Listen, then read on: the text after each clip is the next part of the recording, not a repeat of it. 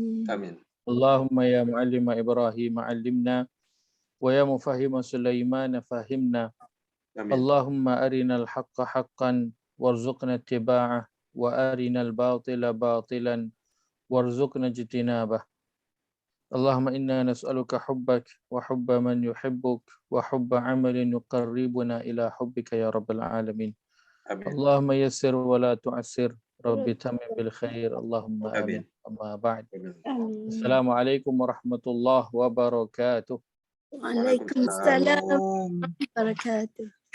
Alhamdulillah, Allah memanjangkan umur kita hingga ke hari ini, mentakdirkan kita dapat bertemu sekali lagi untuk menyambung perbincangan kita dalam surah Al-Mumtahanah, surah yang ke-60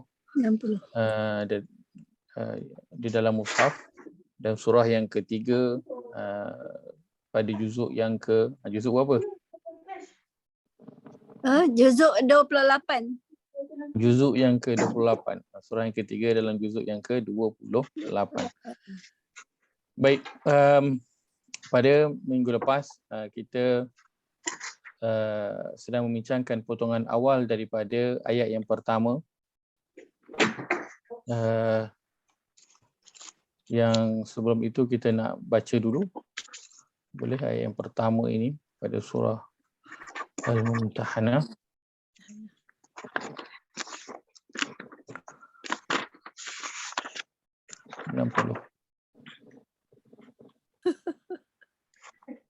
Baik, kita nak baca dulu ayat pertama daripada surah Al-Mumtahanah ini. Allah berfirman, A'udzu billahi minasyaitonir rajim. A'udzu billahi minasyaitonir rajim. Bismillahirrahmanirrahim. Bismillahirrahmanirrahim. Ya ayyuhallazina amanu la tattakhidhu aduwwi wa aduwwakum awliya. Ya ayyuhallazina amanu la tattakhidhu aduwwi wa aduwwakum awliya. Tulquna ilaihim bil mawaddati wa qad kafaru bima ja'akum minal haqq. Tulquna ilaihim bil mawaddati wa qad kafaru bima ja'akum minal haqq. Yukhrijuna ar-rasula wa iyyakum an tu'minu billahi rabbikum. Yukhrijuna ar-rasula wa iyyakum an tu'minu billahi rabbikum. أن تؤمنوا بالله ربكم إن كنتم خرجتم جهادا في سبيلي وابتغاء مرضاتي أن تؤمنوا بالله ربكم إن كنتم خرجتم جهادا في سبيلي وابتغاء مرضاتي تسرون إليهم بالمودة وأنا أعلم بما أخفيتم وما أعلنتم. تسرون إليهم بالمودة وأنا أعلم بما أخفيتم وما أعلنتم. ومن يفعله منكم فقد ضل سواء السبيل. ومن يفعله منكم فقد ضل سواء السبيل. Terjemahan. Wahai orang yang beriman, janganlah kamu mengambil musuhku dan musuh kamu sebagai teman rapat yang kamu sampaikan berita kepada mereka mengenai rahsia rancangan perang orang mukmin, disebabkan hubungan kasih sayang yang wujud di antara kamu dan mereka. Sedangkan mereka telah mengingkari kebenaran Islam yang sampai kepada kamu. Mereka juga telah mengeluarkan Rasulullah dan mengeluarkan kamu dari tanah suci Mekah disebabkan kamu beriman kepada Allah, Tuhan kamu.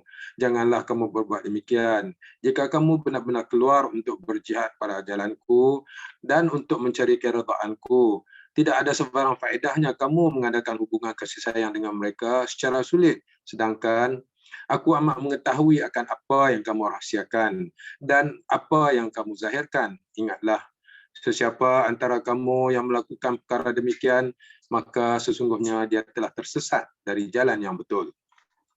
Masya Allah. Jazakallah khair Haji. Haji guna Quran terjemahan yang sama ke? Tak, saya pakai Quran, saya tak sama dengan Ustaz ni. Saya pakai yang, apa nama tu? Lain tak, maksud dia yang biasa Haji guna tu lah. Yalah, yang biasa tu lah. Nasrul Quran tu Ya. Baik.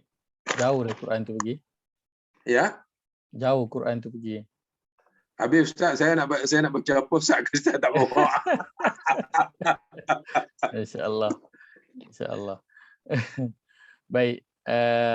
Kita membincangkan potongan awal ayat yang pertama ini, iaitu firman Allah, wahai orang yang beriman, janganlah kamu mengambil musuhku dan musuh kamu sebagai awliya, sebagai teman rapat, sebagai pendamping. Baik. Maka pada sesi yang lepas kita telah bincangkan yang utamanya ialah mengenal musuh. Kita nak mengenal musuh. Kita dah sebutkan dua musuh, iaitu yang pertama syaitan. Musuh kita daripada kalangan jin dan juga daripada kalangan manusia. Dan sesiapa sahaja yang mengajak kepada bukan kebaikan, mengajak kepada melakukan perkara yang dilarang oleh Allah dan juga Rasul, maka itu semua termasuk dalam kalangan syaitan. Maka ini musuh yang kita nak kenali, kerana mungkin dia berada daripada kalangan kawan-kawan kita, bahkan wal-a'yazubillah mungkin kita sendiri yang menjadi karakter tersebut, mempunyai karakter syaitan. Yang kedua, kita telah sebutkan bahawa musuh ialah dunia, dan ini adalah perkara yang ditekankan banyak di dalam Al-Quran. Allah peringatkan mengenai kehidupan dunia, kan, bahawa dia adalah permainan dan juga senda gurau. Dan dua perkara yang Al-Quran highlightkan pada diri setiap orang itu ialah harta dan juga keluarga. Harta dan juga keluarga. Yang mana itu adalah ujian kepada seseorang, dan sebahagiannya akan menjadi musuh kepada seseorang yang lain jika dia tidak belajar bagaimana cara nak mengurus harta dan juga ahli keluarganya itu. Sebahagian yang lain, harta dan keluarga itu menjadi jalan yang terbentang luas untuk dia ke syurga, dan sebahagian yang lain, harta dan ahli keluarga itu menjadi jalan yang membawa dia kepada neraka. Dan ketika itulah harta dan ahli keluarga itu menjadi musuh kepada diri dia. Dan apabila cerita tentang harta dan juga ahli keluarga, inilah dia kita telah sebutkan dua bentuk amanah yang Allah telah berikan kepada kita. Kita ada amanah yang namanya amanah ad-diniyah, dan amanah dari sudut agama, itulah terhadap Allah, Rasul dan juga agama. Dan kita ada amanah yang namanya amanah dunyawiyah, itulah amanah terhadap diri kita, keluarga dan juga harta. Itulah perihal kehidupan dunia kita. Dan Allah sebutkan, janganlah kamu khianati, la takhunullaha war rasul wa takhunu amanatikum. Janganlah kamu khianat kepada Allah dan juga Rasul, dan jangan kamu khianat kepada amanah-amanah kamu. Baik. Maka berkaitan dengan kehidupan dunia secara umum, yang berada di dalamnya kehidupan kita, harta dan juga keluarga, maka bagaimana cara yang Al-Quran gariskan untuk kita menggunakan kehidupan dunia kita ini secara umum. Baik, kita lihat pada surah yang ke-28 ayat yang ke-77. Surah 28 ayat 77.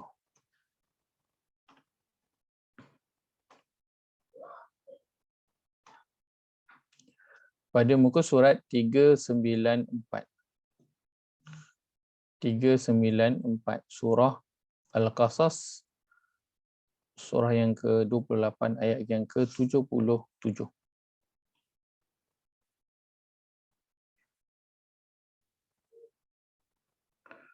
Baik, kita baca. Allah berfirman, A'udzu billahi minasy syaithanir rajim.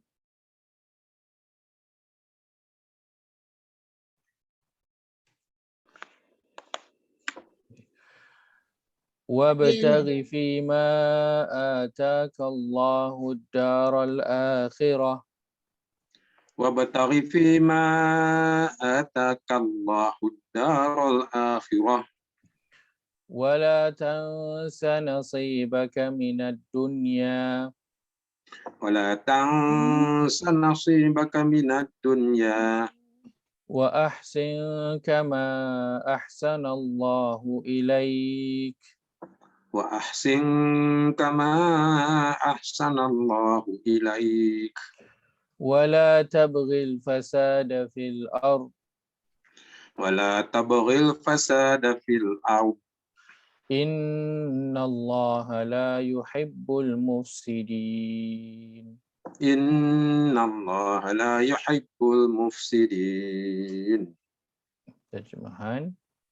Dan carilah pada apa yang telah dikurniakan oleh Allah kepadamu akan kebahagiaan hari akhirat. Dan janganlah engkau melupakan bagaimana bahagianmu daripada dunia ini, serta berbuat baiklah kepada hamba-hamba Allah sebagaimana Allah berbuat baik kepadamu, dan janganlah engkau melakukan kerusakan di muka bumi. Sesungguhnya Allah tidak suka kepada orang yang berbuat kerusakan. Baik. Maka cara mengurus kehidupan dunia ini Allah sebutkan, dan tutuplah dengan harta kekayaan yang telah dikurniakan Allah kepadamu akan pahala dan kebahagiaan hari akhirat. Baik, Allah suruh gunakan apa yang atakallah, apa yang Allah telah kurniakan.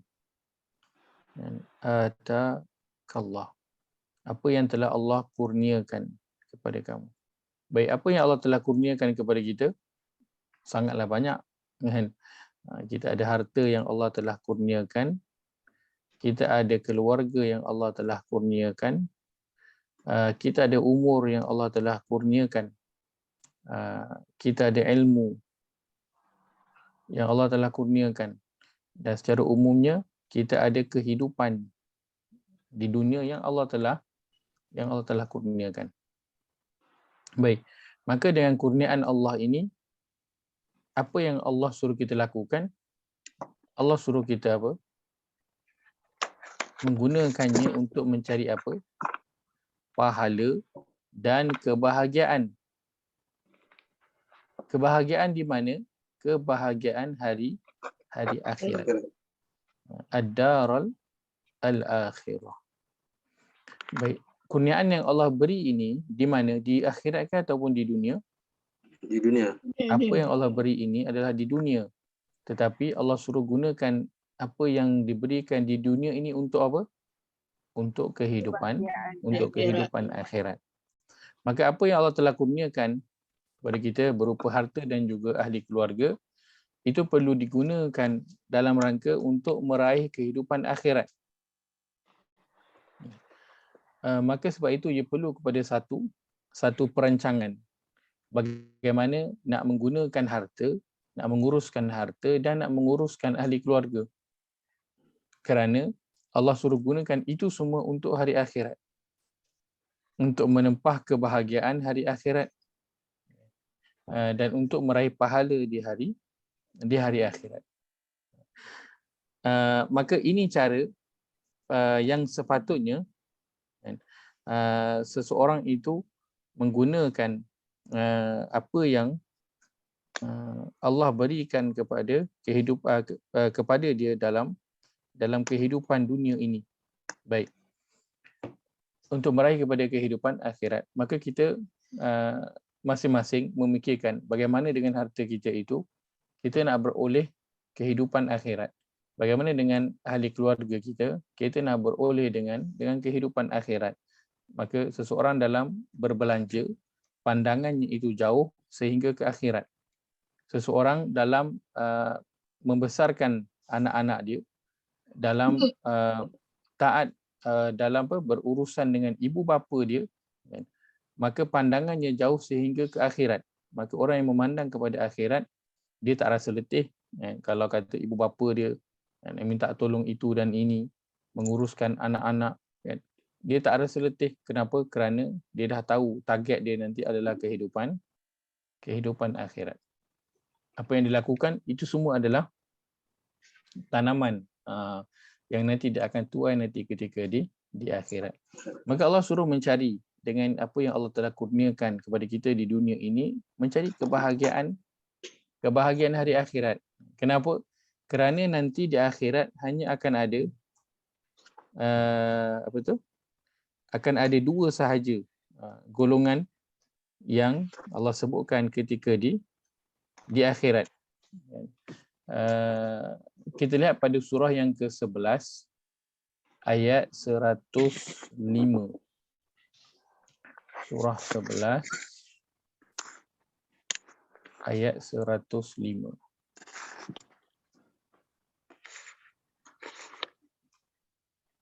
Pada muka surat 233. Muka surat 233. Surah Hud, surah yang ke-11 ayat 105. Baik, Allah berfirman, A'udzu billahi minasyaitonir rajim. A'udzu billahi minasyaitonir rajim. Yauma ya'ti la takallamu nafsun illa bi'idnih.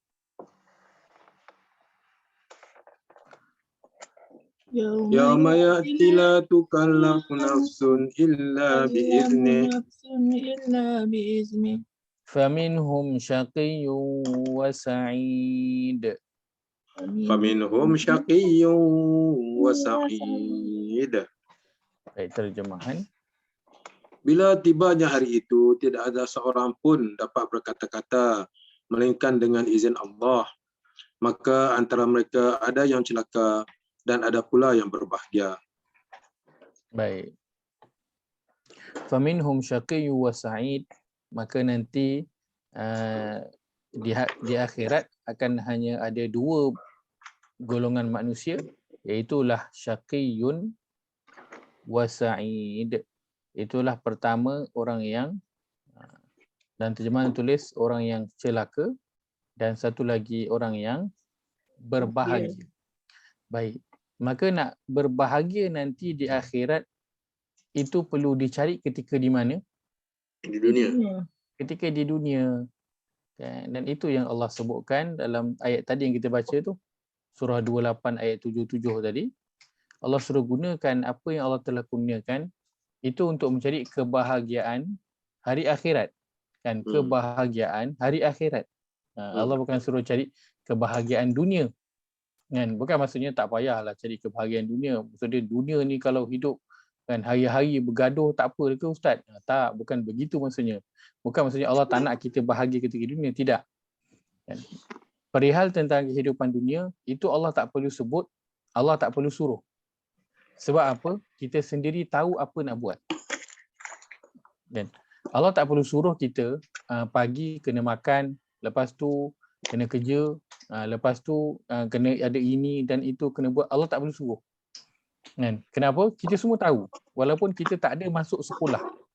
Tak pernah kita masuk sekolah, kan, bagaimana cara nak makan, bagaimana cara nak memilih makanan yang sedap, bagaimana cara nak memilih pakaian ataupun barang-barang yang berjenama. Tak ada, kat sekolah tak ajar. Tapi kita semua tahu tak? Kan? Oh, yang ni ada brand, yang ni tak ada brand. Yang ni makanan dia mahal, yang ni makanan dia biasa. Yang ni daging yang mahal ni daging biasa. Kan? Tak perlu masuk sekolah tapi kita tahu tentang perkara itu. Maka sebab itu Allah tak sebutkan dalam Al-Quran perkara-perkara tersebut. Dia dah masuk fitrah. Kita semua dah tahu dah. Tak perlu. Fitrah kita. Daripada semuanya dah pandai-pandai sendiri. Sebab itu anak kita yang lahir, biarlah anak kita sampai 10-11 orang pun, tak pernah kita ajar pun dekat dia suap makanan dekat mulut. Tak pernah. semua tahu suap makanan mesti kat mulut. Tak ada dia suap tangan dekat kaki ke, dia suap tangan dekat lutut ke, tak ada lagi. Biar nak kita berapa ramai pun. Tak pernah kita ajak kat dia, adik suap makanan dekat mulut. Tak ada. Kan? Tak adalah nampak dia tiba-tiba suap makanan kat telinga ke. Tak ada, dia tahu. Kan? Itu adalah fitrah. Sebab itu Allah tak ajar. Allah tak sebutkan. Yang Allah sebutkan apa? Mencari kebahagiaan di hari akhirat. Kenapa Allah sebut? Kerana perkara ini yang manusia akan leka, manusia akan lupa. Sebab itu Allah sebut. Kalau Allah tak peringatkan, maka manusia akan terlepas pandang mengenai perkara ini. Sedangkan nanti di akhirat hanya akan ada dua, golongan yang celaka dan golongan yang bahagia. Dan Allah nak suruh kita jadi golongan yang bahagia ni. Allah tak nak kita jadi golongan yang celaka. Kerana telah jelas pada ayat yang bawah itu, ayat ke-106 Allah terangkan, fa ammal ladzina syaqu, adapun orang-orang yang celaka itu tempatnya di mana? Fa finnar, maka tempat mereka di dalam neraka. Dan ayat yang ke-108, wa ammal ladzina su'idu, adapun orang-orang yang berbahagia tempatnya di mana? Fa fil jannah, tempatnya di dalam syurga, khalidina fiha, kekal di dalam. Kalau orang tu di dalam neraka, ayat ke-107 sebut yang sama, khalidina fiha, mereka kekal di dalamnya. Maksudnya kalau orang tu celaka di akhirat, celakanya akan kekal selama-lamanya. Kalau dia bahagia di akhirat, dia akan bahagia selama-lamanya. Maka Allah, dia nak berikan yang terbaik untuk kita. Kat dunia, Allah tak ada kisah sangat. Engkau bahagia ke, tak bahagia, engkau senang ke, susah, miskin ke, kaya ke, Allah dia tak ambil peduli sangat. Sebab apa? Perkara itu adalah, keadaan itu adalah sementara. Dia tak khalidin. Tak ada orang yang dia berkekalan dia. Sampai ke hari ini dia dah umur 2, 3, 400 tahun, dia miskin je ataupun dia susah je, tak ada. Pasti akan bertemu dengan hari penamat dia. Dia tak kekal. Tapi yang Allah ambil kisah adalah tentang untung nasib hamba-Nya nanti ketika di akhirat, dan Allah tidak menginginkan untuk hamba-Nya kecuali kebaikan. Sebab itu Allah peringatkan, guna apa yang Allah bagi ni. Allah bagi bukan saja-saja. Allah bagi nak suruh pergi tambah bekal akhirat biar bahagia dekat sana. Kan? Bukannya bagi saja-saja, suka-suka je bagi, bukan. Allah bagi nak suruh pergi tambah bekal akhirat. Dan itulah yang perlu kita gunakan. Dan apa yang Allah berikan kepada kita bukannya maksud tak boleh nak menikmati apa yang Allah kurniakan itu, kan. Maksudnya Haji Yahya sampai ke Dubai sana, kan, pergi ke Expo, kan, tengok nak cari bisnes dan sebagainya. Tak bolehlah macam tu, Ustaz. Bukan, tak boleh, bukan itu yang dimaksudkan. Kalau kita buatkan itu, kita niatkan untuk hari akhirat, maka itu perkara yang perlu dilakukan oleh seseorang yang Allah berikan kemahiran kepada dia, kelebihan di sudut ilmu untuk dia menjalankan perniagaan. Itu yang perlu dia dilakukan. Cuma dia kena buat apa? Niatkan semuanya untuk hari akhirat. Apa dia lakukan? Pastikan dia adalah untuk hari akhirat. Itu sahaja yang perlu dilakukan oleh kita. Minta maaf Ustaz, nak tanya sikit. Ya, silakan. Tadi kan pasal golongan tercela ni, ayat 2877 tu, yang tercela dengan yang berbahagia tu, yang kekal abadi lah selama-lamanya di neraka, kan. Tapi macam mana tercela ni termasuk grup yang dicuci oleh Allah Subhanahu Wa Taala di neraka, dan masa tu lepas dah cuci pindah ke syurga tu kan termasuk yang juga tu tak kekal lah di neraka, kan. Betul. Tu yang saya nak tanya tu, grup yang macam mana tercela ni, yang masuk jahanam ke? Sebab yang jahanam ni dia orang kekal, kan. Betul. Betul. Baik, orang-orang yang celaka ini, yang syaku ataupun syaqiyun ini, ini mereka adalah orang yang nanti masuk neraka bukan untuk dicuci, tapi memang masuk neraka duduk terus dekat situ selama-lamanya, kan. Itu yang ayat yang ke-107 sebutkan, khalidina fiha. Mereka kekal berada di dalamnya. Dalam mana? Di dalam neraka. Baik. Maka golongan syaqiyun ini, dia lain daripada golongan yang nanti orang beriman yang akan dicuci dosanya, tidak. Ini memang orang yang akan masuk, dan antaranya ialah golongan munafik, kan, golongan fasik, golongan kafir, maka ini semua yang masuk dalam golongan syaku ataupun syaqiyun ini yang kekal berada di dalam neraka. Baik. Ustaz, faham. Terima kasih. Semua. Baik. Maka yang sebab Allah berikan kepada seseorang itu kurniaan adalah kerana Allah nak dia berbahagia. Dan kita memandang kebahagiaan yang Allah bagi ni semua sebab Allah nak kita bahagia di dunia. Sedangkan bukan, Allah nak kita bahagia di akhirat. Kita pandang bila Allah bagi kita harta tambah, kita ingatkan, oh Allah nak aku senang, aku bahagia di dunia. Bukan. Allah nak suruh kita bahagia ke akhirat. Maka lagi banyak harta Allah bagi, lagi banyak kita gunakan dia untuk hari akhirat, menempah kebahagiaan untuk hari akhirat. Dan maka itu yang perlu kita perhatikan pada setiap apa yang Allah kurniakan kepada kita. Allah berikan pemberiannya tak sama, dan setiap pemberian itu juga berbeza kadarnya, ada yang lebih dan juga ada yang kurang, tetapi tujuannya tetap sama. Allah bagi itu tujuannya adalah untuk hari akhirat. Baik, harta walaupun dia tidak berada dalam bentuk ibadah fizikal, tetapi dia wajib diniatkan untuk hari akhirat.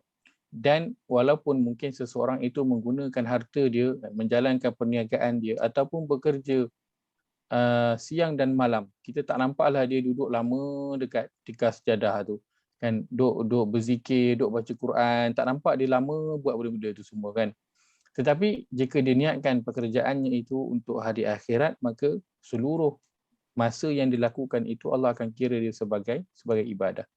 Ada pun orang yang dia duduk berdiri di atas tikar sejadah lama, membaca Al-Quran, duduk di masjid dan juga surau, tetapi dia tidak niatkan untuk hari akhirat, dia niatkan untuk perkara yang lain, maka boleh sahaja dia tidak menjadi ataupun tidak mendapat apa-apa pun pahala pada hari akhirat. Tidak mendapat apa-apa nilai ataupun value pada hari akhirat nanti, sebagaimana yang dilakukan oleh kaum munafik, kan, yang bersolat, yang pergi juga berjihad dengan Nabi SAW, yang duduk mendengar, duduk dalam majlis ilmu dengan Nabi SAW, tapi tidak ada nilai di sisi Allah Azza wa Jalla. Baik. Maka itu pada bahagian kedua yang kita sebutkan bagaimana cara kita nak menguruskan musuh kita yang kedua, iaitulah kehidupan dunia. Dan ini musuh yang kedua ini antara musuh yang besar dan juga berat, yang setiap daripada kita berhadapan dengannya. Dan tak boleh lagi lah, sebab apa? Memang kita semua hidup dekat dunia, kan? Kecuali kalau kita hidup di alam yang lain. Baik. Yang ketiga, musuh kita yang ketiga ialah kita sebut sebagai hawa nafsu. Ialah hawa nafsu.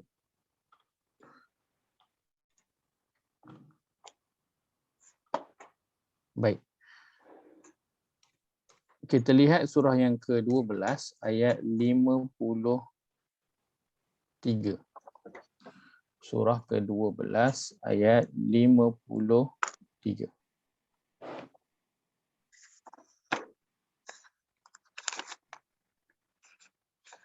Pada muka surat 242.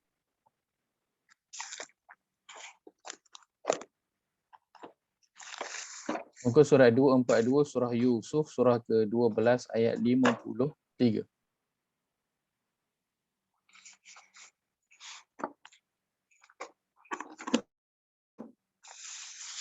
Baik, Allah berfirman, A'udzu billahi minasyaitonir rajim.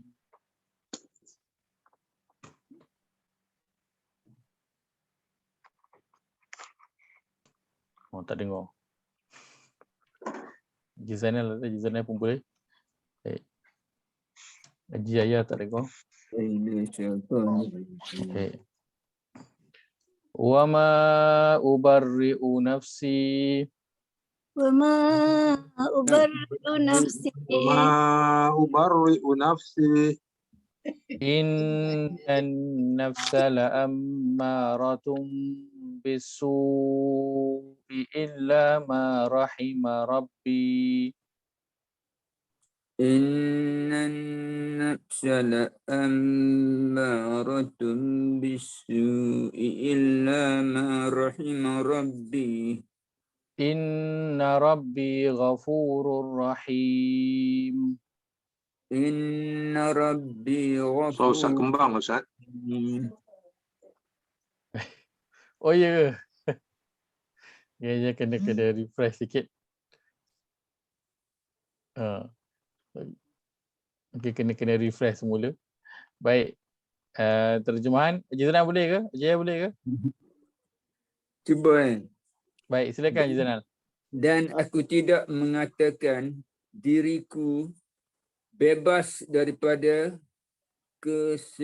kesalahan kerana sesungguhnya nafsu itu selalu mendorong ke arah kejahatan kecuali nafsu yang diberi rahmat oleh Tuhanku. Sesungguhnya Tuhanku Maha Pengampun lagi Maha Penyayang. Baik.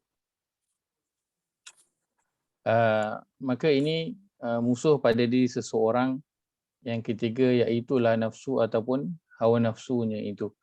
Dan dalam ayat ini disebutkan innan nafsa la'ammaratun bisu.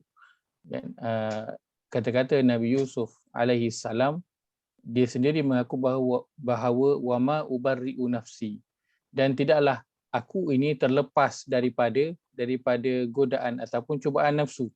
Aku bukan kata aku ini tak ada nafsu. tetap ada nafsu. Dan Nabi Nabi Yusuf sebutkan sesungguhnya nafsu manusia itu sangat menyuruh melakukan kejahatan. Itulah hakikat nafsu itu sentiasa menyuruh manusia melakukan kejahatan. Tidak kira masa dan tidak kira ketika. Ada sahaja peluang, maka nafsu akan menyuruh melakukan perkara itu. Baik. Dan nafsu ini pula dia memang sentiasa menyuruh kepada perkara-perkara yang tidak baik. Apa yang perkara yang tak baik, memang nafsu akan menggalakkan, menyuruh, menolak diri untuk melakukan perkara itu. Kerana dalam hadis Nabi SAW sebutkan hujibatin naru bisyahawat wa hujibatil jannatu bil makarih. Neraka itu, syurga itu dikelilingi ataupun dipagari oleh perkara-perkara yang dibenci oleh nafsu. Dan neraka itu dipagari ataupun dikelilingi oleh perkara-perkara yang menarik keinginan nafsu. Maka nafsu dia tertarik dengan perkara-perkara yang tidak baik. Kenapa? Kerana perkara tidak baik itu akan akhirnya membawa seseorang ke neraka. Dan itulah semua perkara yang nafsu suka. Nabi SAW sebutkan dia berada di sekeliling neraka. Maksudnya siapa yang dia mengikut hawa nafsunya itu, maka sebenarnya dia sedang bermain di tebing neraka. Yang satu ketikanya nanti dia akan terjatuh ke dalam lembah tersebut. Dan syurga itu dia dikelilingi oleh perkara-perkara yang nafsu tak suka. Dan nak solat tak suka, rasa berat. Nak solat awal waktu, nak solat berjemaah, rasa berat. Nak tambah solat sunat, nak baca Quran, nak baca terjemahan untuk nak faham apa yang baca, nak berpuasa sunat, nak bersedekah, semua itu perkara-perkara yang tidak disukai oleh hawa nafsu. Tetapi semua perkara itu memagari ataupun berada di sekeliling syurga. Maksudnya siapa yang memaksa diri dia melawan hawa nafsu untuk melakukan perkara yang hawa nafsu tak suka, maka sebenarnya dia sedang berada di sekeliling syurga, tengah berada di halaman syurga. Baik. Dan yang menambah cabaran, kan, kita sebutkan tadi nombor 2, cabaran kita adalah, musuh kita adalah dunia, dan yang menambah susah pada musuh yang nombor 2 dunia ini adalah kerana adanya hawa nafsu. Dan di sinilah syaitan akan masuk, dan untuk menyuruh manusia melakukan perkara yang tidak baik. Sehinggalah nanti syaitan nak sehingga manusia ni buat jadi macam mana? Syaitan nak sehingga nanti manusia menjadikan hawa nafsu dia sebagai Tuhan. Itu syaitan punya target. Dia punya aim sampai tahap itu. Dia nak manusia menjadikan hawa nafsunya sebagai Tuhan. Dan memang perkara itu yang Allah sebutkan, antaranya kalau kita lihat dalam surah yang ke-45 ayat ke-23 pada muka surat 501. Muka surat 501 surah ke-45 ayat yang ke-23. Surah Al-Jathiyah. Surah Al-Jathiyah. Baik, Allah berfirman, A'udzu billahi minasyaitonir rajim. A'udzu billahi minasyaitonir rajim. Afara'aita man ittakhadha ilahahu hawah. 23. Ayat 23. 501. Muka surat 501, betul? 23. 23. Atas sekali. 23. Afara'aita man ittakhadha ilahahu hawah. Wa adallahu Allahu ala ilmin wa khatama ala sam'ihi wa qalbihi wa ja'ala ala basarihi ghishawa. وأضله الله على علم وختم على سمعه وقلبه وجعل على بصره غشاوة فمن يهديه من بعد الله ومن يهديه من بعد الله أفلا تذكرون.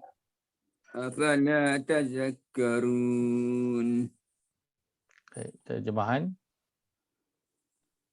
Pernahkah kamu melihat orang yang menjadikan hawa nafsunya sebagai Tuhan dan Allah membiarkannya sesat dalam pengetahuannya? Masuk dia tak baik. Ini pun tak habis. Dan Allah mengunci pendengaran dan hatinya serta meletakkan penutup atas penglihatannya. Maka siapakah yang mampu memberikan petunjuk selepas Allah membiarkan seperti sesat? Mengapa kamu tidak mengambil pengajaran? Baik. Dalam ayat ini Allah menyatakan bahawa ada orang yang dia mengambil hawa nafsunya sebagai Tuhan selain daripada Allah yang dia dipatuhi dan juga dia taati. Maka sehingga tahap inilah syaitan berusaha untuk menjadikan seseorang itu menggunakan hawa nafsu, menggalakkan seseorang itu mengikuti hawa nafsunya hingga dia terjerat dengan hawa nafsunya dan dia terus mentaati, mengikuti, mematuhi apa sahaja yang diingini oleh hawa nafsunya hingga Allah sebutkan dia menjadikan hawa nafsunya itu sebagai Tuhan. Dan perkara ini ia berlaku kepada setiap manusia, tidak mengira latar belakang, sama ada dia remaja, sama ada dia orang muda, sama ada dia orang pertengahan muda, ataupun orang yang sudah berumur ataupun yang sudah lanjut usianya. Maka setiap orang selagi mana dia hidup, dia akan berhadapan dengan musuh ini, iaitulah hawa nafsu. Maka orang yang beruntung, kan, yang Allah sebutkan dia adalah sebagai penghuni syurga. Bukan kerana dia tidak mempunyai hawa nafsu, tetapi dia menahan hawa nafsu dia. Dia bukan tidak mempunyai hawa nafsu, tapi dia menahan hawa nafsu dia. Itu yang Allah sebutkan dalam surah yang ke-79 ayat yang ke-40. 79 ayat yang ke-40. Ayat ke-40. Maaf. Baik.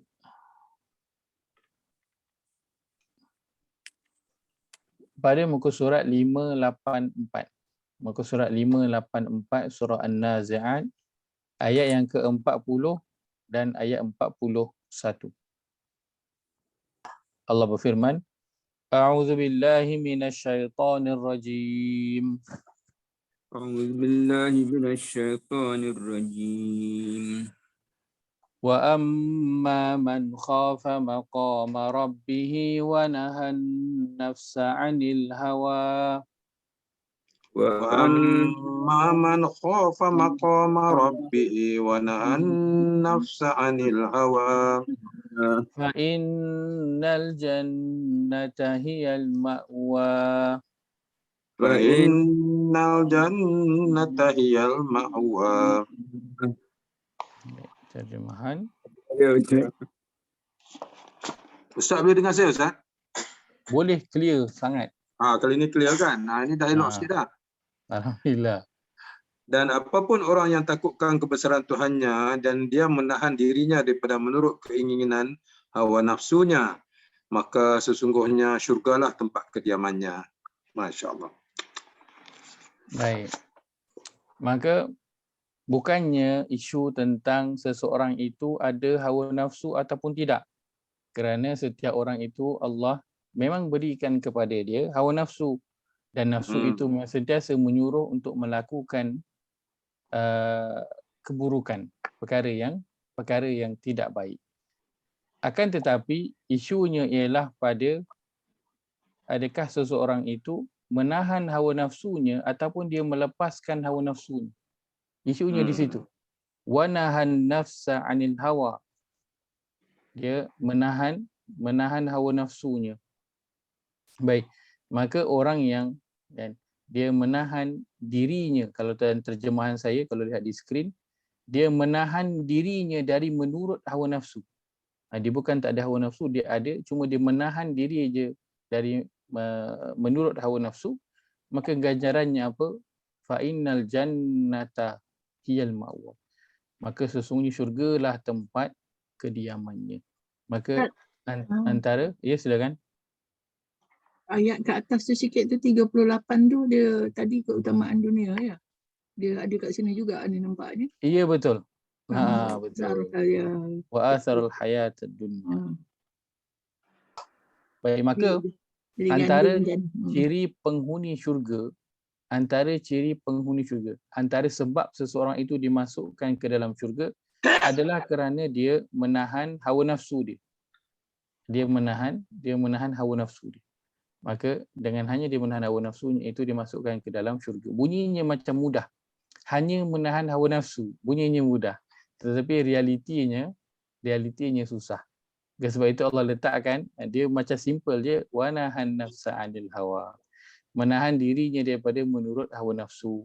Tapi ganjarannya besar sangat, itulah masuk ke dalam syurga. Kerana Allah tahu realitinya dia tidak mudah. Dia penuh dengan cabaran untuk menahan dirinya daripada menurut hawa nafsu. Baik. Maka siapa sahaja background, ada background agama, dia ustaz ke, dia bukan ustaz, dia ulama ataupun dia bukan ulama, setiap orang memiliki hawa nafsunya, tetapi yang dikira di sisi Allah adalah orang yang dia menahan hawa nafsunya. Dia menahan daripada menurut hawa nafsunya. Maka setiap daripada kita ada peluang untuk memasuki syurga kerana Allah tidak melihat kepada background pelajaran kita, tetapi Allah melihat antaranya ialah kepada bagaimana dia mengendalikan hawa nafsu. Baik. Dan seperti yang Haji Nuri highlightkan tadi, kita pergi ke atas sikit, ayat 38 itu, ayat sebelumnya menyebut tentang apa? Orang-orang yang dimasukkan ke dalam neraka Jahannam. Apakah antaranya? Antaranya ialah ayat 38, wa atharal hayatad dunya. Dia mengutamakan kehidupan dunia semata-mata. Mengutamakan kehidupan ini semata-mata, maka tempat tinggalnya nanti di akhirat, dia berada di dalam neraka Jahannam. Orang yang mengutamakan kehidupan dunia maksudnya apa? Apa yang dia buat semuanya untuk kesenangan dia di dunia. Dia kerja ni sebab apa? Dia nak beli ini, nak dapat ini, nak dapat ini, nak beli ini, nak memiliki ini. Maka semua dia buat untuk itu. Maka di dunia dia akan dapat semua itu. Dia akan senang ketika di dunia. Dia akan rasa bahagia ketika di dunia. Tapi di mana tempatnya nanti di akhirat? Di neraka Jahannam. Neraka Jahannam dia adalah tempat yang susah. Dia adalah satu tempat yang Al-Quran sebutkan tempat yang celaka. Jauh. Gelap jauh ke dalam. Ya. Baik. Maka Ustaz, ya saya. nak tanya, kenapa ayat surah Yusuf tu, yang ayat 53 tu, dia cakap nafsa kan? Nafsu. Lepas tu ayat yang kita tengah baca sekarang ni, An-Nazi'at ni, nafsa tu dia letak Diri. Hawa. Diri. diri. Baik. Okey. An-nafs ini terjemahan, kalau kita terjemahan perkataannya adalah diri. Adalah diri. Itu terjemahan perkata dia. Yang terjemahan perkata adalah diri. Baik, maka penggunaan dalam Quran untuk perkataan an-nafs,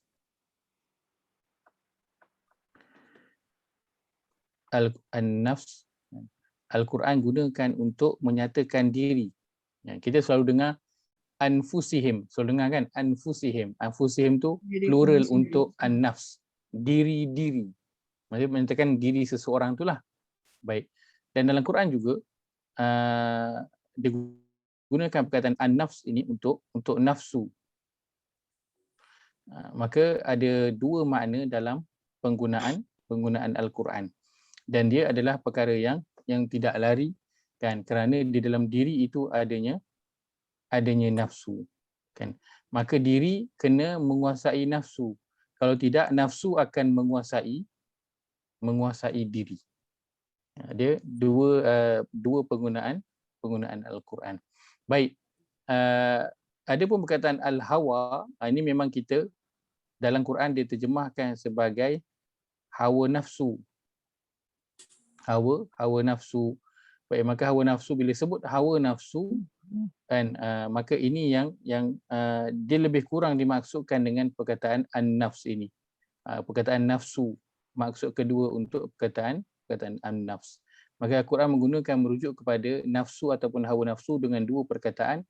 Pertama an-nafs dan yang kedua ialah perkataan hawa dan hawa.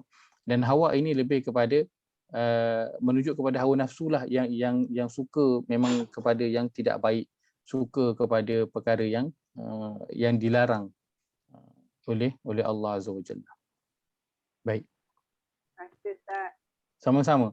Dan untuk pada setiap jiwa manusia kan, pada setiap jiwa manusia itu yang mana di dalamnya itu ada hawa nafsu kan, maka di situlah tempat diilhamkan kepada setiap kita apa dia kan, pada surah yang ke-91 surah Asy-Syams, Allah sebutkan pada ayat yang ke-7 dan ayat yang ke-8. Surah Asy-Syams surah yang ke-91 ayat 7 dan juga ayat 8. Muka surat 595. 595. Baik, Allah berfirman, A'udzu billahi minasyaitonir rajim. أعوذ بالله من الشيطان الرجيم. Ya kena unmute. Wa nafsin wa ma sawwaha ونفس ونفس وما سواها فألهمها فجورها وتقواها. فألهمها فجورها وتقواها. Terjemahan. Kita tak dengar suara Haji ya. Haji ada unmute tapi kita tak dengar suara. Silakan Jizana boleh terjemahan 7. ayat 7 dan ayat 8. Demi jiwa serta penyempurnaannya, yakni ciptaan, maka dia mengilhamkan kepadanya jalan kejahatan dan ketakwaan. Baik. Maka dalam ayat yang ke-7 surah Syams ini Allah bersumpah dengan nafs, dengan diri manusia itu dan zat yang menyempurnakan kejadian diri manusia itu. Maka setelah disempurnakan kejadian diri manusia itu, apa yang Allah berikan? Fa'alhamaha fujuraha wa taqwaha. Allah mengilhamkan kepada diri manusia itu dua jalan untuk dia melakukan kejahatan dan jalan untuk dia mengekalkan dia punya takwa dia tu.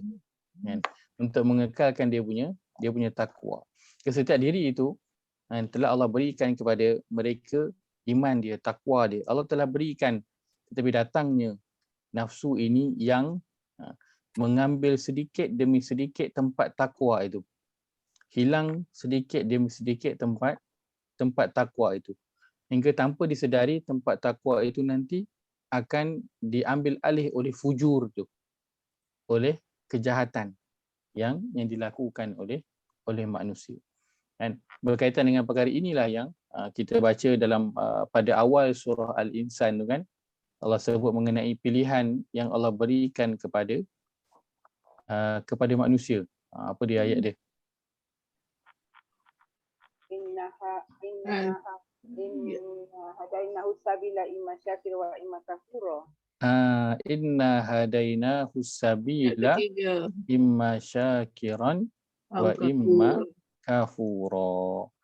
Sesungguhnya kami telah memberi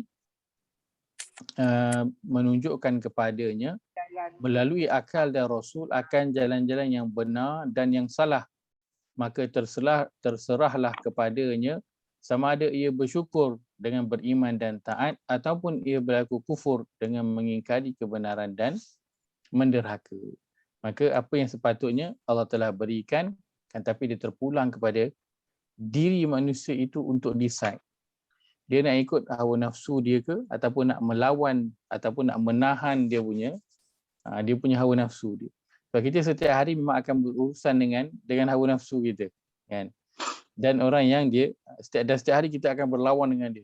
Bila kita memaksa diri kita untuk membuat hawa nafsu, bila kita memaksa diri kita untuk melakukan kebaikan, sebenarnya kita sedang buat apa? Kita sedang menekan kita punya hawa nafsu. Kita sedang menahan kita punya hawa nafsu. Kan? Bila kita paksa nak buat baik, paksa hari ni nak baca setengah muka surat juga, paksa juga cari juga masa nak baca, ataupun cari juga masa nak dengar Quran tu setiap hari. Maka sebenarnya kita sedang menekan hawa nafsu kita ke bawah dan ke bawah. Dia perlu kepada apa? Kepada paksaan. Akan tapi kalau kita tidak tekan hawa nafsu itu, maka dia akan naik. Dia akan naik dan akhirnya dia akan menguasai diri seseorang itu. Dan setiap orang itu diuji dengan perkara yang berbeza, dan mengikut kepada masing-masing lah. Ujian pada setiap orang. Hawa nafsu ini dia tertarik kepada semua kejahatan, tetapi pada setiap orang itu ada kejahatan dia yang dia lebih sikit tertarik, kan? Dia setiap daripada kita itu dia adalah berbeza. Sebab itu orang ni dia buat jahat yang ini, orang ni buat jahatnya lebih yang ini, kan? Kerana hawa nafsu itu ada tertarik kepada sesuatu yang lebih daripada yang lain. Baik. Maka ini dia sebutkan 3 musuh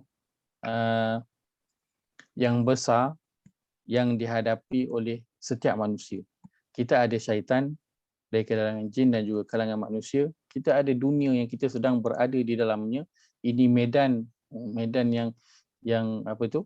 Yang sangat besar, dan medan peperangan, perjuangan yang sangat besar untuk setiap daripada kita berjuang setiap hari untuk apa? Dan untuk mengekang dia punya hawa nafsu. Kenapa? Kerana kehidupan ini memang Allah telah hiaskan ia dengan perkara-perkara yang menarik syahwat, menarik keinginan hawa nafsu. Kan? Macam yang Allah sebutkan dalam surah Ali Imran, surah yang ketiga, ayat yang ke-14. Ini saya bacakan sahaja. Auzubillahi minasyaitanir rajim. Zuyyina lin-nasi hubbus syahawat minan nisa wal banin wal qanatiril muqantarati minadh dhahabi wal fiddah wal khailil musawwamati wal an'ami wal harth. Dzalika mata'ul hayatid dunya wallahu 'indahu husnul ma'ab. Dihiaskan dan dijadikan indah kepada manusia kesukaan kepada benda-benda yang diingini nafsu, iaitu perempuan dan anak pinak, harta benda yang banyak bertimbun-timbun dari emas dan perak, kuda peliharaan yang bertanda lagi terlatih, maksudnya kenderaan yang terbaik, kenderaan yang mewah, dan binatang-binatang ternak serta kebun-kebun tanaman. Ini bermaksud kepada perniagaan seseorang itu ataupun apa sahaja sumber pendapatan dia. Kerana orang dulu sumber pendapatan dia daripada binatang yang dia ternak dan juga daripada kebun-kebun.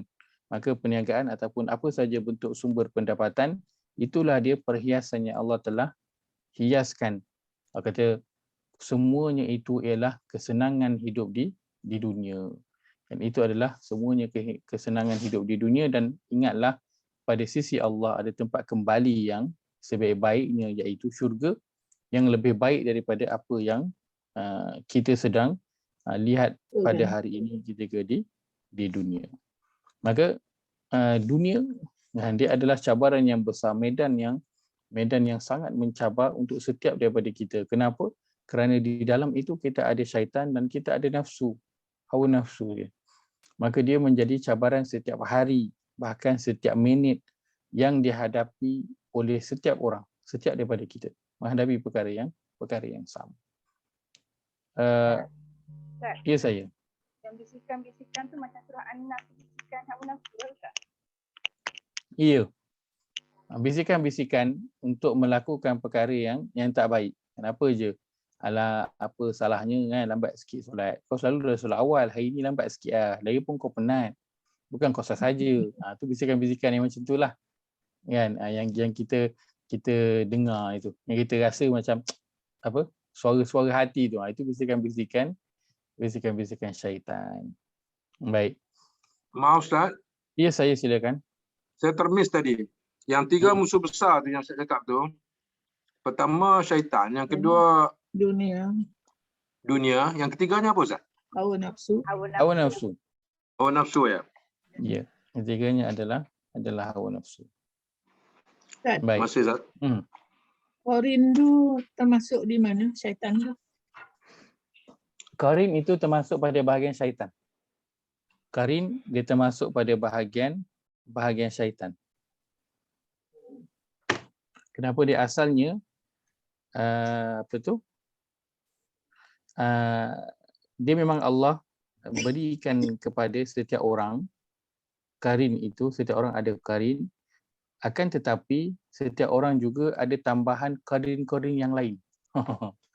Dia ada tambahan qarin-qarin yang lain daripada syaitan.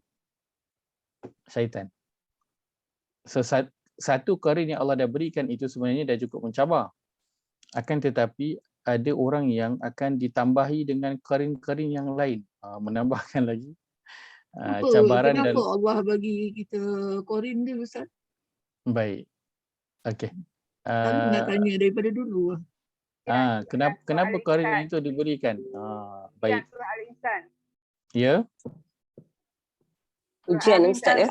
Ujian Ustaz. Ujian. Qarin. Surah Al-Insan. Ada cakap pasal ujian tu Ustaz kan. Oh, itu kita nak diuji. Ustaz tak Itu faham. lain. Itu lain. Dia jadikan hamba manusia ni nak diuji. Nak bertali itu kan. Baik. Ustaz tak faham yang Sam- karin-karin yang lain tu macam mana? Korin tu dia Ah. lahir, kita lahir dia ada sekali. Kita Macam lahir. mana tu macam mana dia macam partner kita tu. Tu yang ada orang, Partner ada yang tak Mat nampak. Saleh buat filem tu kan. Macam dia nampak dekat cermin, dia bercakap dengan orang tu dengan ni. Kan ada filem tu kan yang dia ada dua tu.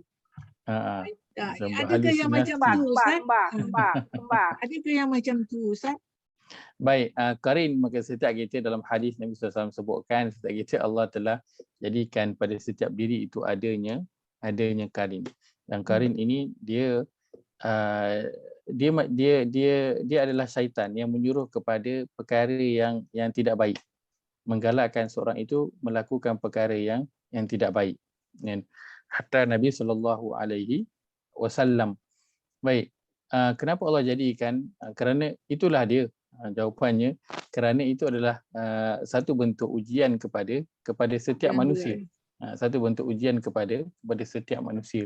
Dan begitulah awal bila seorang itu lahir saja memang dah ada bersama dengannya karin. Maksudnya dia lahir saja di dunia memang dia dah mula dah dia punya ujian dia. Sudah bermula sejak dia dilahirkan. Cumanya pada awal itu dia belum lagi dikira dosa dan juga pahala untuk diri dia. Kan? So Allah bagi dia peluang dulu untuk biasakan diri dulu, untuk perkuatkan diri dia dulu sampai usia dia balik. Maka sebab itu ibu bapa kena betul-betul bagi perhatian pada anak itu, bagi pendidikan kepada dia ilmu. Sekerana waktu dia lahir sampailah waktu dia balik, itu waktu dia membina kekuatan dalaman dia. Waktu dia membina kekuatan dalaman dia untuk melawan musuh yang awal-awal dah ada dengan dia, itulah karin. Dan meningkatnya usia. Ni dah, Dan bila meningkat, betul sebutkan dia adalah musuh yang nombor 1.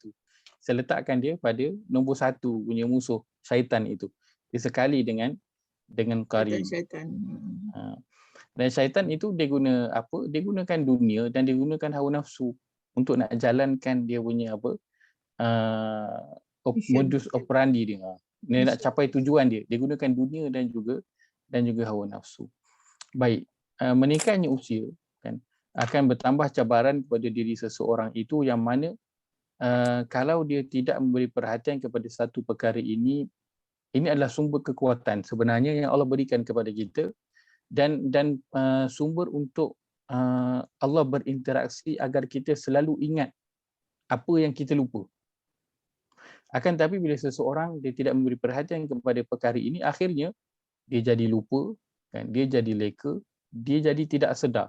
Dan bila dia berada dalam keadaan yang sebegitu, maka yang akan mengambil peluang kepada dia adalah syaitan, yang akan terus menjadi dia punya karin dia bertambah dan bertambah.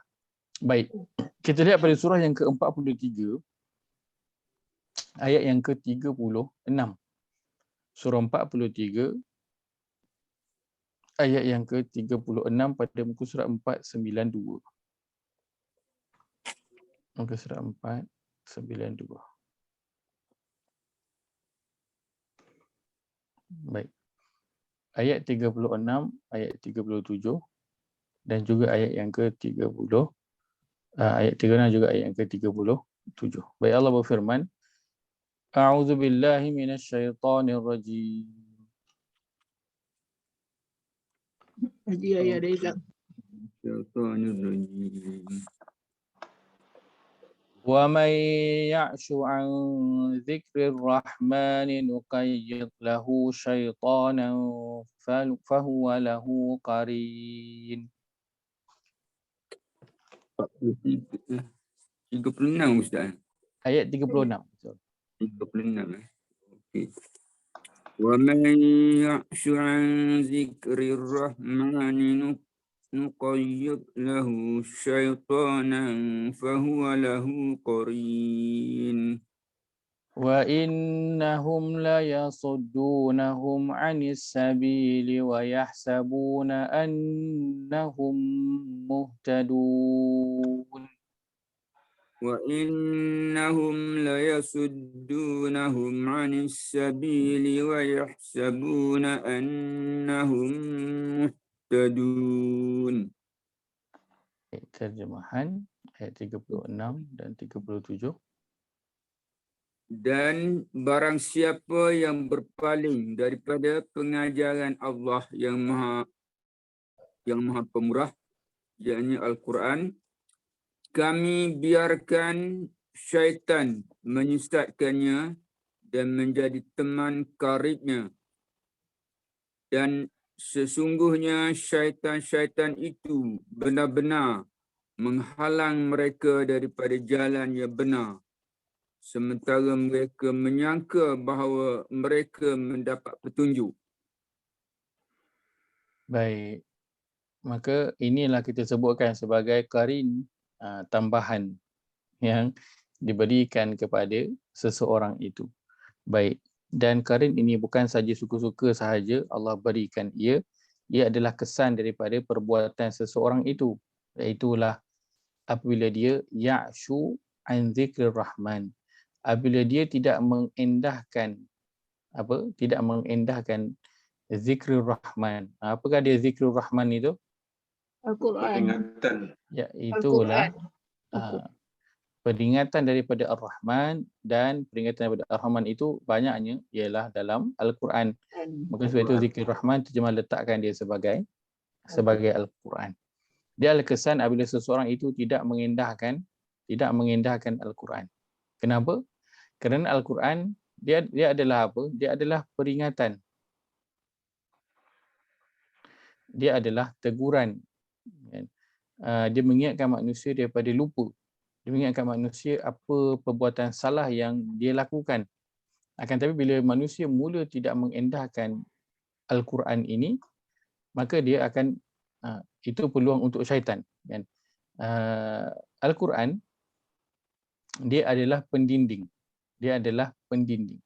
Maka bila seseorang dia tak ada pendinding, maka ketika itu apa akan jadi? Orang yang nak ambil kesempatan akan datanglah. Akan datang. Rumah kalau pencuri tengok ada pagar, dengan sebelah rumah lagi tak ada pagar, mana dia akan pilih? Dia akan pilih rumah tak ada pagar lah. Sebab apa? Lebih mudah berbanding rumah yang ada pagar. Maka orang yang ada pendinding dengan orang yang tak ada pendinding, maka syaitan akan pilih orang yang tak ada pendinding. Dia lebih mudah untuk dia nak menghasut. Orang yang ada pendinding itu pun dia tak akan lepas punya, dia tak akan bagi can. Dia tetap juga akan kacau.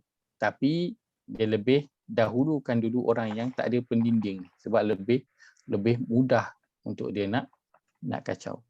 Maka Al-Quran dalam surah Al-Haqqah, surah ke-69 ayat yang ke-48, Allah sebut mengenai Al-Quran, wa innahu latazkiratun lil muttaqin. Dan sesungguhnya Al-Quran ini dia adalah peringatan bagi orang-orang yang hendak bertakwa. Orang-orang yang hendak bertakwa. Baik. Dan perkataan takwa, boleh ke kita pergi ayat itu kejap? Surah 69 ayat yang ke-48.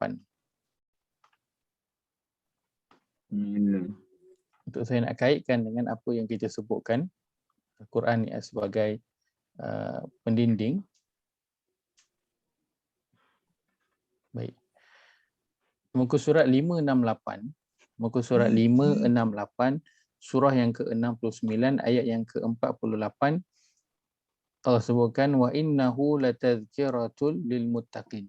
Dan sesungguhnya Al-Quran itu dia adalah peringatan bagi orang-orang yang bertakwa. Dia peringatan bagi orang yang bertakwa. Baik. Kita dah sebutkan sebelum ini kataan takwa.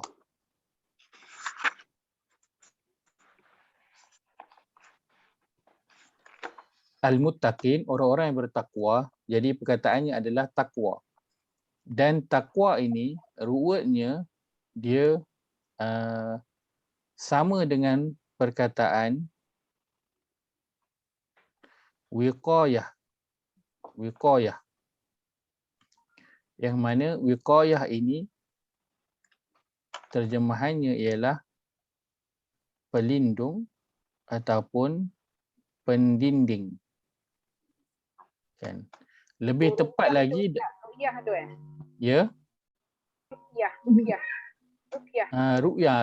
Ruqyah lain dia guna ra. Kalau sudut perkataan lah, kalau sudut perkataan. Ruqyah tu itulah dia. Ini wiqayah. Ataupun dalam bahasa Inggeris lebih tepat ataupun lebih mudah untuk kita faham, dia adalah shield. Itu wiqayah. Maksud wiqayah. Dia shield. Sebenarnya kita sebutkan dia mudah yang selalu kita guna pendinding lah. Kan, pendinding. Baik. Maka Al-Quran dia adalah peringatan bagi orang yang bertakwa, iaitulah orang-orang yang nak menyediakan pendinding ataupun pelindung pada diri dia. Itu bertakwa. Itu Al-Quran. Dia peringatan kepada orang yang nak menyediakan pelindung ataupun pendinding pada diri dia. Baik. Akan tetapi nak menggunakan Al-Quran ini sebagai peringatan kepada orang yang nak menyediakan pendinding, itu perlu kepada apa?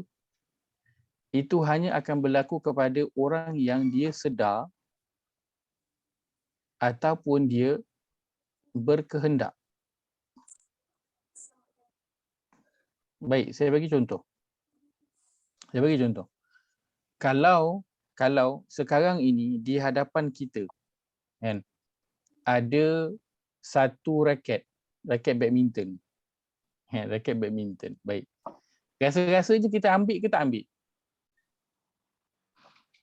Rasa-rasanya kita ambil ke tak ambil? Kalau Kalau saya nak ambil Kalau perlu.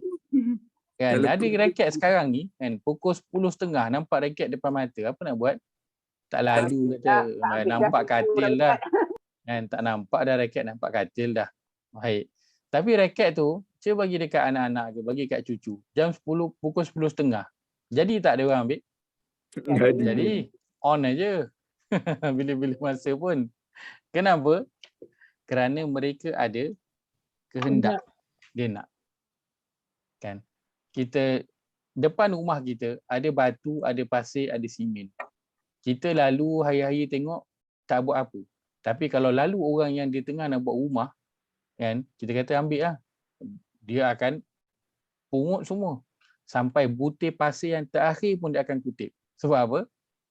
Dia berkehendak kepada benda tu. Dia sedar benda ni dia boleh buat apa dan dia nak benda tu. Lalu dia akan ambil.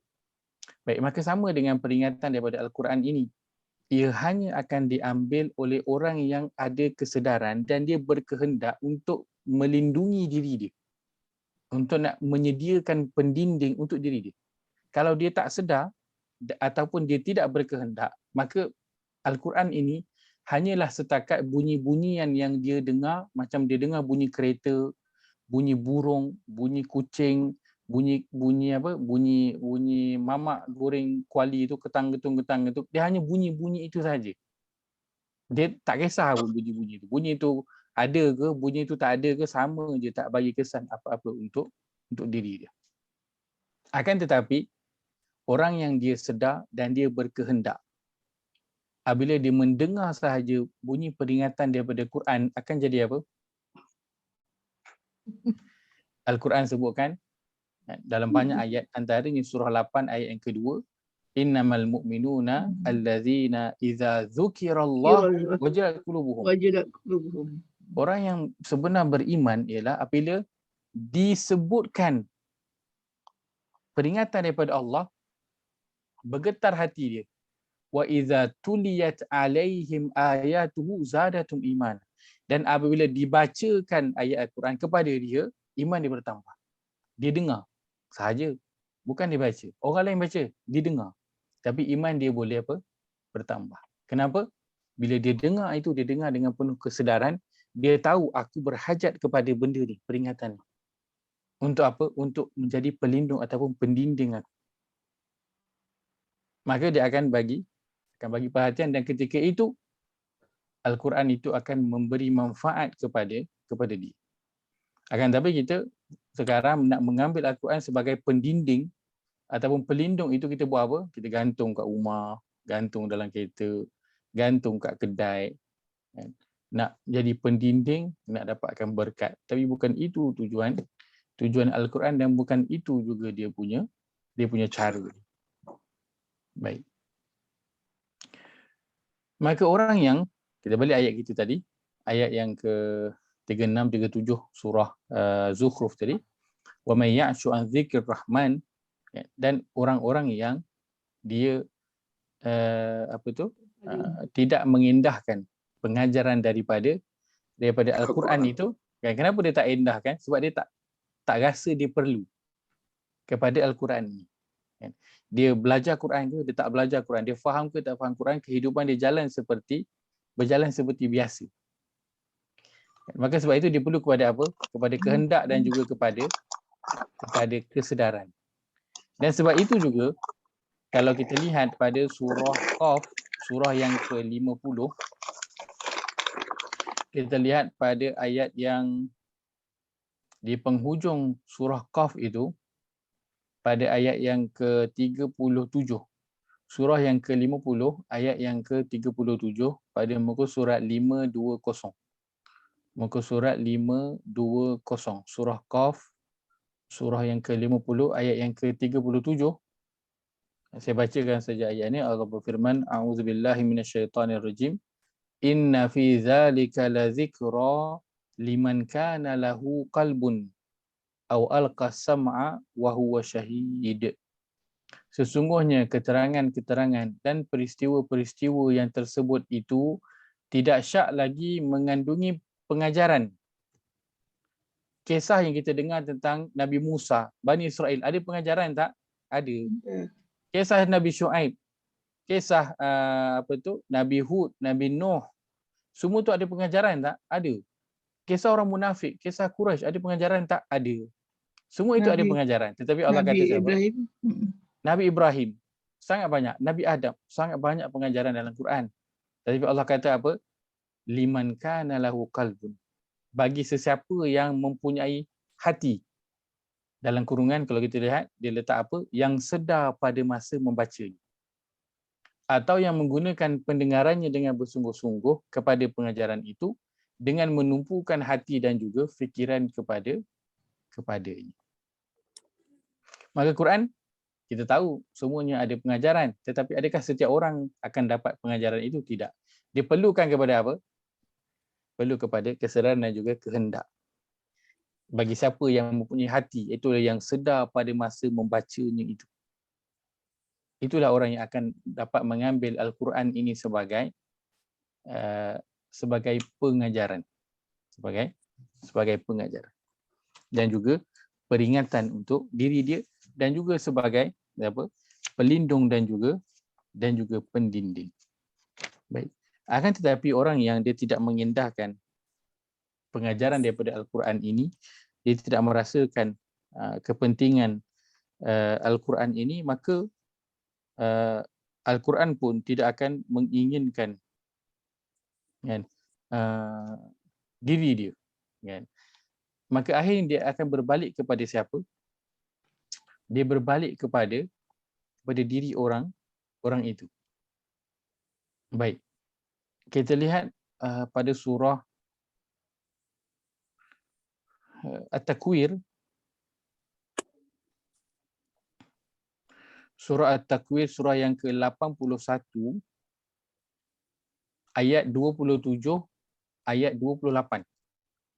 Surah At-Takwir ayat 81, surah yang ke-81, ayat 27 dan juga ayat yang ke-8, ayat yang ke-28. Baik. Muka surat 586. Allah berfirman, baca. A'udzubillahi minasyaitonirrajim. A'udzubillahi minasyaitonirrajim. Alamak, Ajaya boleh unmute sekali lagi? Okey, baik. In huwa illa zikrul lil alamin. In huwa illa zikrul lil alamin. Liman syaa'a minkum an yastaqim. Liman Liman syaa'a minkum an yastaqim. Baik, terjemahan. Al-Quran itu tidak lain hanyalah peringatan bagi seluruh penduduk alam, iaitu bagi sesiapa daripada kamu yang mau tetap di atas jalan yang lurus, yakni Islam. Baik. Sesungguhnya Al-Quran itu tiada lain hanyalah peringatan bagi seluruh penduduk alam. Itu memang kenyataan. Memang begitulah Al-Quran. Dia adalah peringatan. Tapi adakah dia menjadi peringatan kepada semua? Tak. Allah kata liman sya'a. Bagi siapa dari kalangan kamu yang mahu. Sya'a maksudnya mahu ataupun berkehendak. Barulah Al-Quran itu akan jadi pengajaran, akan jadi peringatan untuk diri dia. Tapi kalau dia tak mahu, dia tak berkehendak, dia tidak sedar, maka Al-Quran itu diulang-ulanglah. Banyak kali pun dia tidak akan memberi apa-apa makna. Maka jadilah dia, macam yang Jaya pernah sebutkan sebelum ini, Al-Quran sebutkan dia akan jadi apa? Kama salil himari yahmilu asfara. Akan jadi seperti keldai yang memikul dia punya Bawa kitab yang beban dia. berat.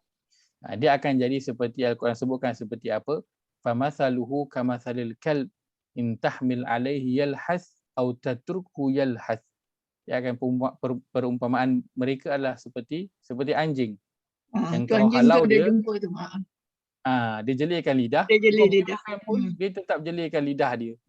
Kan dia tak ada apa-apa kesan pun terhadap diri dia. Ayat Maka dia berapa tu Ustaz? Ayat berapa tu yang jelirkan yang seperti anjing tu? Saya dah baca. Saya baca betul. selupa nak ingatkan ayat berapa. Saya lihat kejap. Saya pun tak ingat ayat berapa. Baca Surah Quran. ke-7 ayat 176. Okay, terima kasih Ustaz. Baik. Belum Oh, cantik ayatnya. Kita tengok boleh ayat ni? Dia ada dua ayat. Sebab dia ada kaitan dengan perbincangan kita sekarang ini. Surah 7 ayat 176.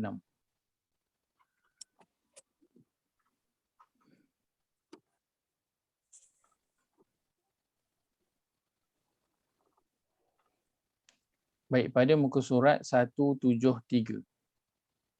Muka surat 173 surah Al-A'raf, surah yang ke-7 ayat 176.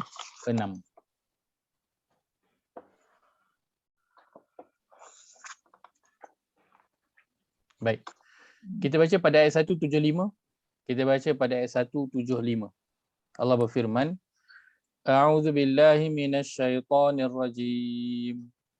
A'udzu billahi minasyaitonir rajim.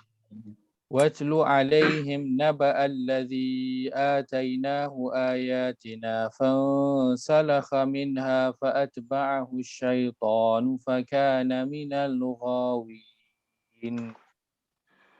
واتل عليهم نبأ الذي آتيناه آياتنا فانسلخ منها فأتبعه الشيطان فكان من الغاوين. ولو شئنا لرفعناه بها ولكنه أخلد إلى الأرض واتبع هواه. ولو شئنا لرفعناه بها ولكنه أخلد إلى الأرض واتبع هواه. فمثله كمثل الكلب إن تحمل عليه يلحث أو تتركه يلحث. فمثله كمثل الكلب إن تحمل عليه يلحث أو تتركه يلحث. ذلك مثل القوم الذين كذبوا بآياتنا.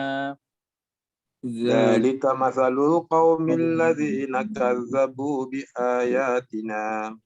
فاقصص القصص لعلهم يتفكرون. فقصص القصص لعلهم يتفكرون. Terjemahan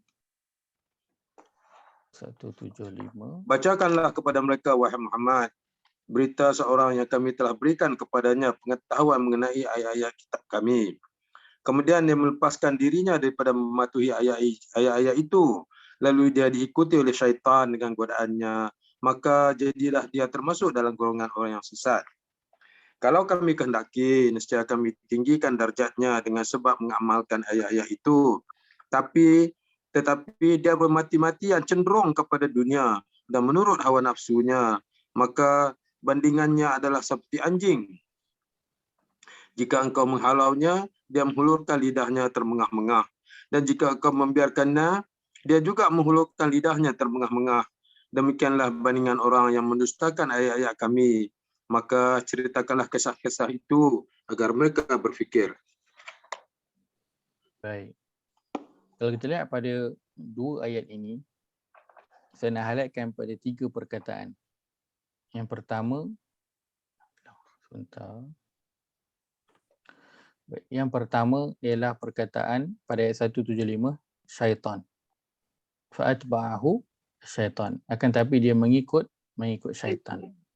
Yang kedua, pada ayat 176, akhlada ilal ardi. Dia cenderung kepada apa? Dunia. Cenderung kepada dunia. Dalam ayat ini digunakan al-ardi. Al-ardi terjemahannya ialah bumi. Al-ardi terjemahannya ialah bumi. Tapi dia masukkan ialah apa? Ialah dunia ini. Baik, yang ketiga ialah apa? Wattaba'a hawa. Dan dia mengikut apa? Hawa nafsu dia. Tiga ada tu. Tiga perkara yang kita bincangkan ini ada disebutkan dalam dua ayat ini. Dua ayat ini. Dua ayat. Tapi puncanya adalah di mana? Puncanya ialah fansalakha minha. Datang pada dia apa? Pengetahuan tentang ayat Al-Quran, kemudian dia menjadikan dirinya terkeluar daripada mematuhinya. Dia yang menjadikan diri dia sendiri tak nak mematuhi Al-Quran ataupun ayat-ayat yang sampai kepada dia. Maka yang besarnya ialah memberi perhatian kepada Al-Quran. Tak beri perhatian kepada Al-Quran, maka yang akan datang adalah syaitan. Maka dia akan, dengan syaitan ini, syaitan akan menggunakan dunia dan juga hawa nafsu dia. Hingga nanti dia akan jadi seperti anjing. Dengan Al-Quran ini, dia akan jadi seperti perumpamaan anjing yang kau halau dia, ulurkan lidah, kau biarkan dia macam tu pun dia tetap menghulurkan dia punya lidah. Maka perumpamaan ini Allah gunakan faqsusil qasasa. Maka ceritakanlah kisah-kisah itu la'allahum yatafakkarun, mudah-mudahan mereka berfikir. Maka sebab itu dengan peringatan daripada Al-Quran, dia perlu tadi disebutkan kepada apa? Diri dia sendiri itu yang penting. Dia perlu kepada kemahuan dan juga kehendak diri dia. Dia sendiri kena sedar. Barulah peringatan daripada Quran itu akan jadi bermakna. Kalau tak, dia tidak akan menjadi sesuatu yang bermakna. Mana kan tidak berapa ramai orang yang dia bukan Islam tetapi mendapat hidayah dengan Quran. Dia dapat kesedaran tentang agama ini dengan Quran. Padahal dia bukan Islam. Ataupun dia hanya mendengar mungkin beberapa ayat daripada Al-Quran. Dan ramai yang dia mendengarkan Al-Quran. Bahkan dia membaca Al-Quran berulang-ulang kali sampai khatam. Tetapi peringatan Al-Quran itu tetap tidak masuk pada diri dia. Dia khatam kali pertama, sama keadaan dia dengan dia khatam kali kedua. Dia khatam kali kedua itu sama dengan keadaan dia, diri dia sama. Dari sudut ketaatan dia, kefahaman dia sama dengan dia khatam kali ke 10.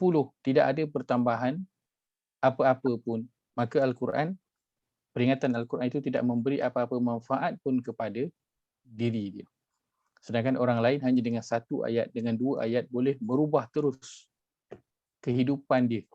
Boleh merubah terus ketaatan dia kepada Allah Azza wa Jalla. Macam ayah Nabi Ibrahim dia sembah setan juga kan? Ayah Nabi Ibrahim dia menyembah. Ada. Ya, dia menyembah berhala juga. Setan ada ayat dia, saya terbaca makna dia. Okey. Apa 13 ke ayat berapa entah. Cari surah Ibrahim. Dalam surah Ibrahim. Dalam surah Ibrahim sebutkan. Ada dia sebut. I just browse through lah dulu tu. Kita Okey, ingat baik. tu.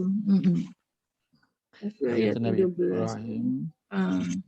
Masa dia berdialog dengan ayah dia tu. Yang Makna dia lah. Ayat 3. Pasal 13 kot, tak ingat lah.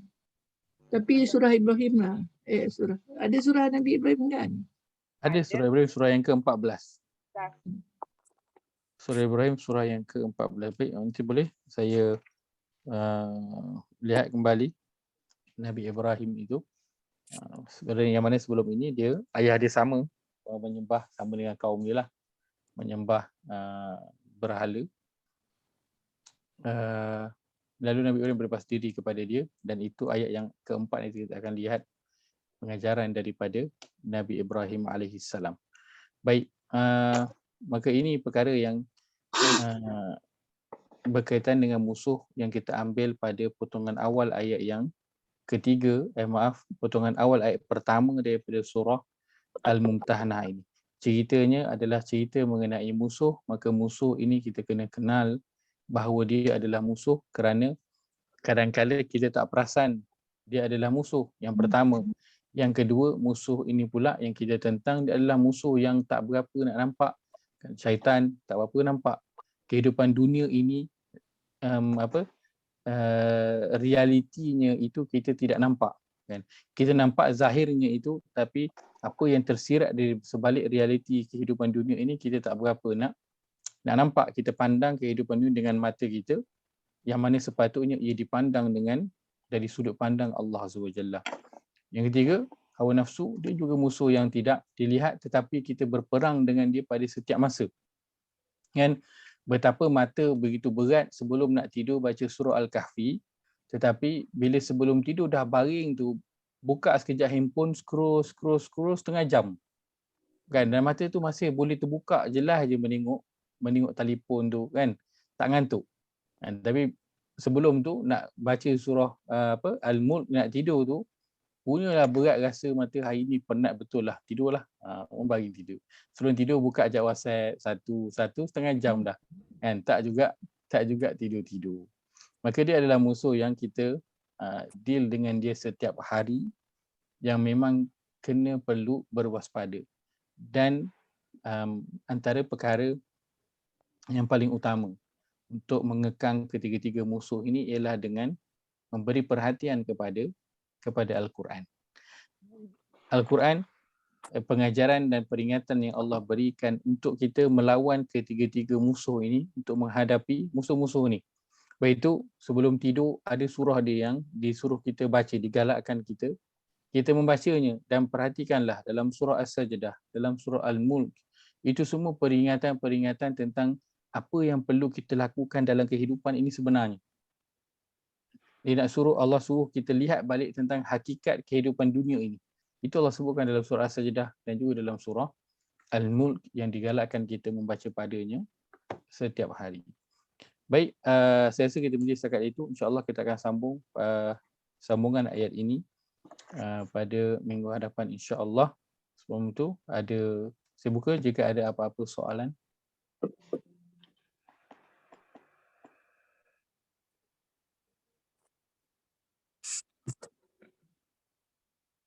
Baik, tak ada?